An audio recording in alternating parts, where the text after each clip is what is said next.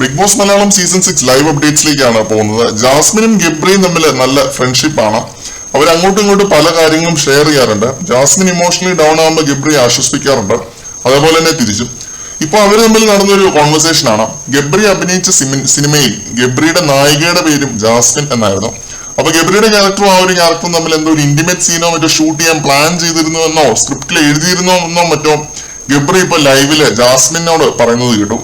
ഇതെന്തിനാണ് Gabri Jasmine Jafar എന്ന കണ്ടസ്റ്റന്റിനോട് പറയുന്നത്? Jasmine എന്തിനാണ് അത് കേട്ട് ബ്ലഷ് ചെയ്തത്? ഗബ്രിയും ബ്ലഷ് ചെയ്തോന്ന് എനിക്കൊരു സംശയമുണ്ട്. ഇവര് ശരിക്കും ബെസ്റ്റ് ഫ്രണ്ട്സ് ആണോ അതോ ലവ് ആണോ?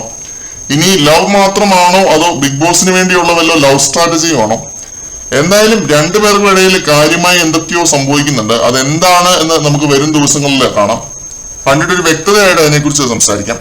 ഇനി ലവ് സ്ട്രാറ്റജി കേസ് വല്ലതും ആണെങ്കിൽ as a viewer and fan of big boss എനിക്കൊരൊറ്റ കാര്യമേ പറയാനുള്ളൂ. എല്ലാ സീസണിലും പയറ്റി ഒരു ഇമ്പാക്റ്റും ഇല്ലാതായ ഒരു നമ്പറാണ് ഈ ലവ് സ്ട്രാറ്റജി എന്നൊക്കെ പറയുന്നത്. ഗബ്രിയിൽ നിന്നും ജാസ്മിനിൽ നിന്നും ഞാൻ അതിലും കിടു ഗെയിമുകൾ കാണാൻ പേഴ്സണലി ആഗ്രഹിക്കുന്നുണ്ട്. കാരണം രണ്ടുപേരും നന്നായി സംസാരിക്കുന്ന നല്ല പൊട്ടൻഷ്യൽ ഉള്ള രണ്ട് കണ്ടസ്റ്റൻസ് ആണ്.